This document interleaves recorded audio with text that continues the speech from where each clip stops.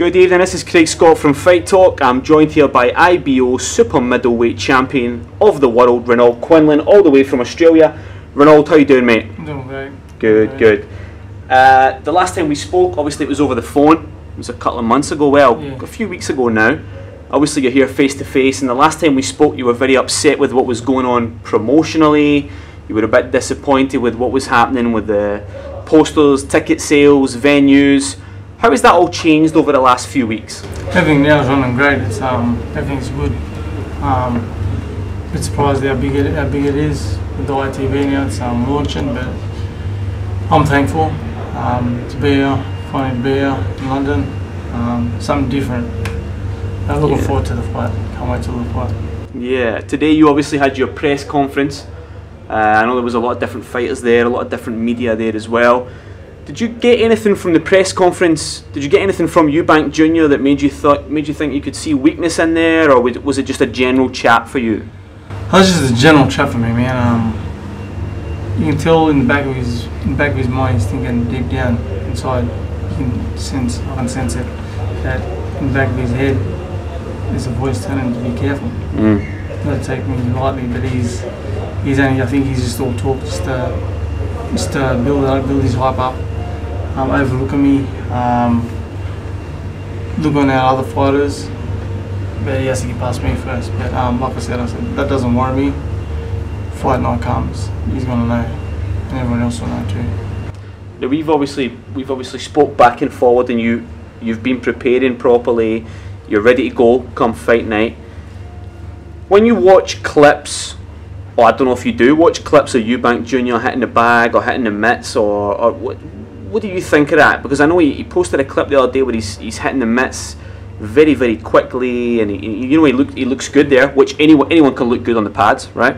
But does that affect you at all? No, it doesn't affect me. Like you can look slick on the pads, on the bag. That doesn't hit your back. They don't hit back. That's the difference. I think everything's for show for him. Once you're in that ring, it's just me and him. It's just us two in that ring. And his speed and that, we will see on fight night whether he can keep that pace. But I know he'll die off. If I don't catch him early in the rounds, I'll get him in the later rounds. So obviously you've seen a lot of Eubank. I know you're very confident in your own ability. Do you think this fight goes a long way into the rounds, or do you think it could be a quick finish for yourself? It could be a quick finish for myself if I time him right and if I catch him. But like I said, if it goes a distance, I'll get the stamina. I've got the skills to go the whole distance. I've never been 12 rounds. My first 12 round fight was against Geale. A lot of people. I was an underdog for that fight too. A lot of people told me I shouldn't have took the fight. Same as this fight. But like I said before, I'm focused mentally, physically, and I'm here to do what I'm going to do. And that's what I told everyone. Fight night comes, you're going to see what I can do. Now we are only a day away from fight night, obviously. How do you expect the atmosphere to compare to the fight with Daniel Geale? Do you think it will be similar? Do you expect a more hostile atmosphere? I think it'll be, to be honest with you, I think this will be bigger than Daniel Geale's fight. I travelled to his hometown, Tasmania, to fight him, the underdog there. Same thing here, I'm travelling here. But it's bigger here, the press conferences, it's the way the boxing is way bigger than back home. So that's another blessing to have that experience of coming here and doing the press conferences there, and with the sport itself here is great. It's great, and it's great for my career too.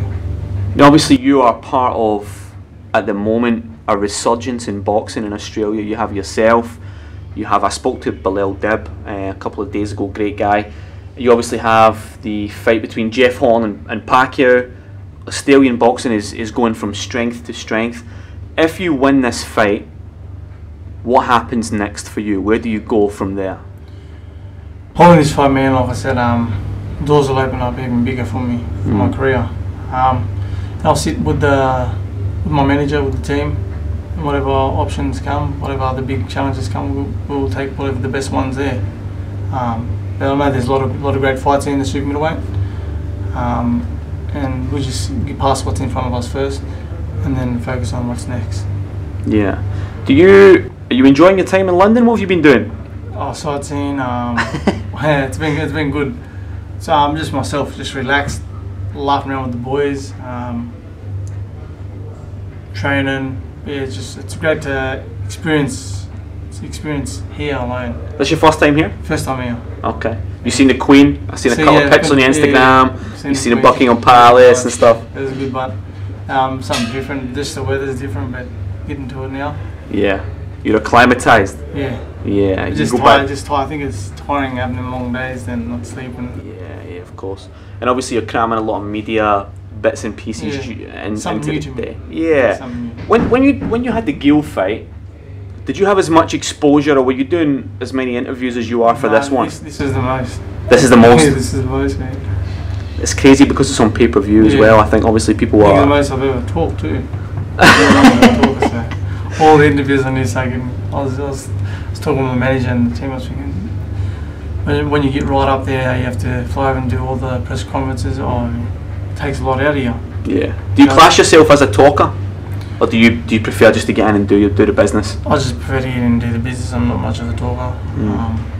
The only time I'll do talking is for interviews. But yeah, I just like to get in there and get the job done. Fight. Yeah. We obviously spoke 3 or 4 weeks ago now, I think, when you were still in Australia.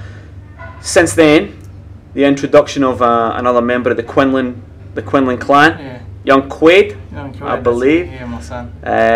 Give me an idea of how important that is for you. Like, everything you're doing here in London, you're a whole day away in terms of travel. How important is what you're doing now in relation to the family that you have back at home?